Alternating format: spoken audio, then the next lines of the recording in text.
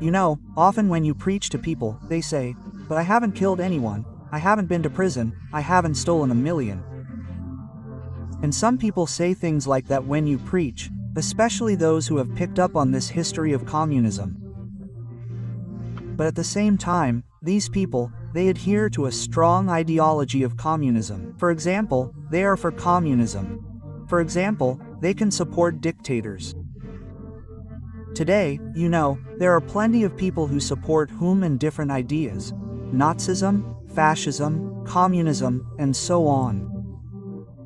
And you can see this today with interest. You might think, well, yes, the man hasn't killed anyone, so he probably has a path to heaven. But what does God say? And the question is, who do you support? When God sends prophets, what does he say to the prophets? Well, for example, Ezekiel. If you are a believer or you are a prophet and you see a sinner and you do not speak to him of the sin, then the blood and the sins of that person will be on you.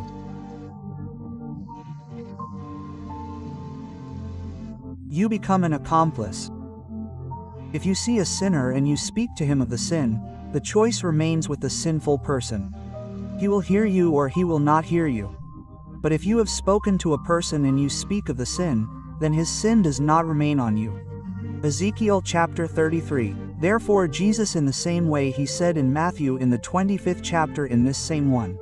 If you support and are on the side of the children of God, on the side of God, then you are blessed, you are on the right side. Yes, if you do not support the children of God, if you do not support God, you do not support the light, then you are on the left side saying, then you are damned, go into the everlasting fire.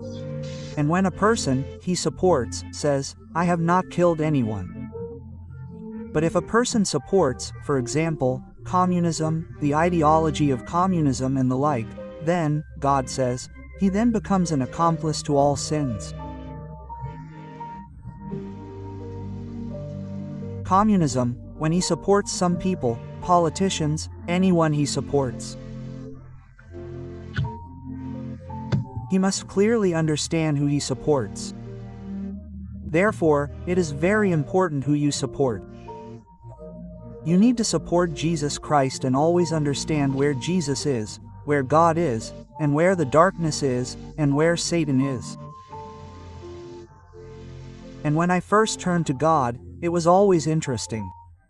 And when I ask people a question, you think, well, how will God figure it out? So many people and so on. Quote. Well, you know, in fact, it is very simple and very easy, because people, they are always passionate about something, even if they themselves have not committed sins, but they always follow someone, some people, some heroes who were in the history of mankind. And not only do they follow, they promote all sorts of ideologies of all sorts of people and everything that this world was filled with or what is now. Someone approves right now, for example, of the war in Ukraine, and many people, for example, just like communism, approve of all this or are calm about it. And what does it mean to approve? It means to take part in this war and become a murderer. And what does it mean to do nothing? If you do nothing, if you have a question, where is white, where is black, where is God, where is Satan? If you are kind of silent, you have no position. We as a position, if you are the light, are you the light, if you take once and hide? What is God then? How will he evaluate this situation? It is the same situation, the ostrich situation. Therefore, we should be kind of attentive.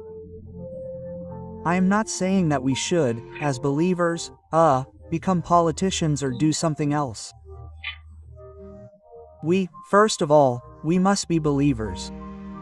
And believers, they show the path of God. They show clearly, so that people understand. This is the wire, where is God, and where is Satan?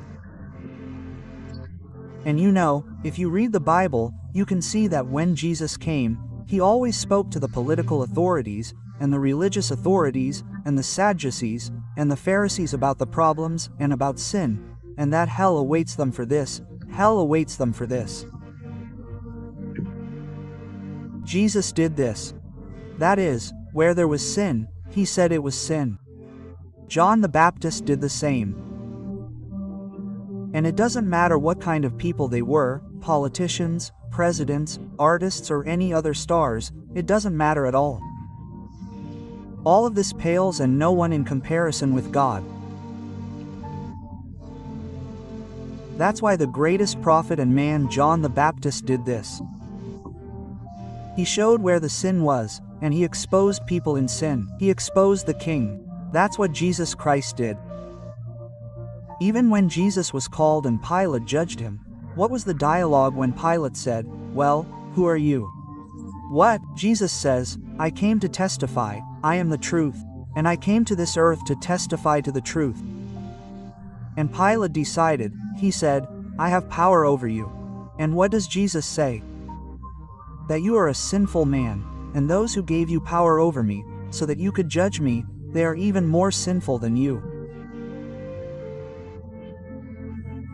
That is, Jesus, he exposed Pilate and those people who gave Pilate power to do this atrocity.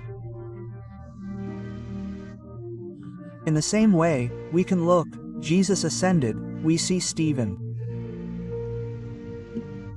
An interesting person, blessed, anointed Stephen. And he stands before the Sanhedrin. And we see, the heavens open. He sees God, he sees Christ, angels. And what does he say? Stephen, he exposed the Sanhedrin, those people who again had power, who judged him. He exposed them, and he said how they misused their power and exposed them in sins. That they persecuted the prophets, that they persecuted the saints, that they crucified, killed Christ, he denounced them. And one can say, well, did Christ support him at all or not? Well, the sky opened, and Stephen, he shone like an angel. God himself simply filled, anointed and strengthened him in this environment and in this situation.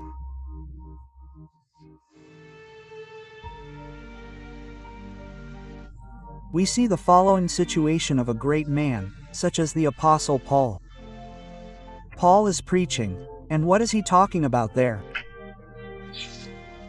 He stands again before a great multitude of people, before King Agrippa, before the governor of Caesarea.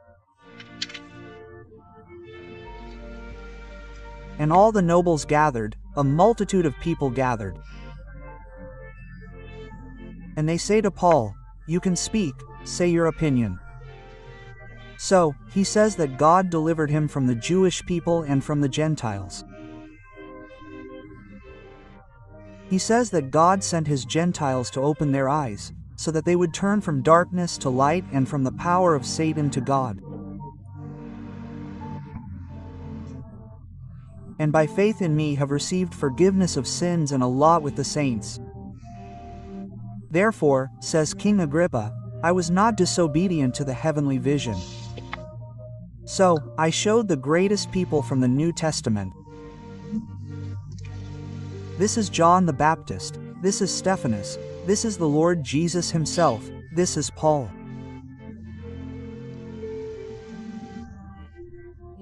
And I showed what Jesus said, when we shall be blessed, blessed are they which are persecuted for righteousness, sake. For theirs is the kingdom of heaven. That is, he does not separate us, Jesus, from the prophets at all. He says, like the prophets, they came and crushed all this madness, this idolatry, this Satanism, this sin.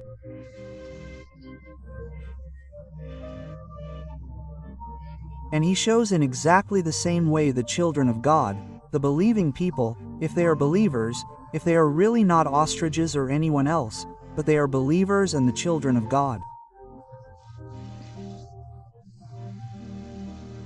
Their calling then is to be the light of this world and the salt of this earth.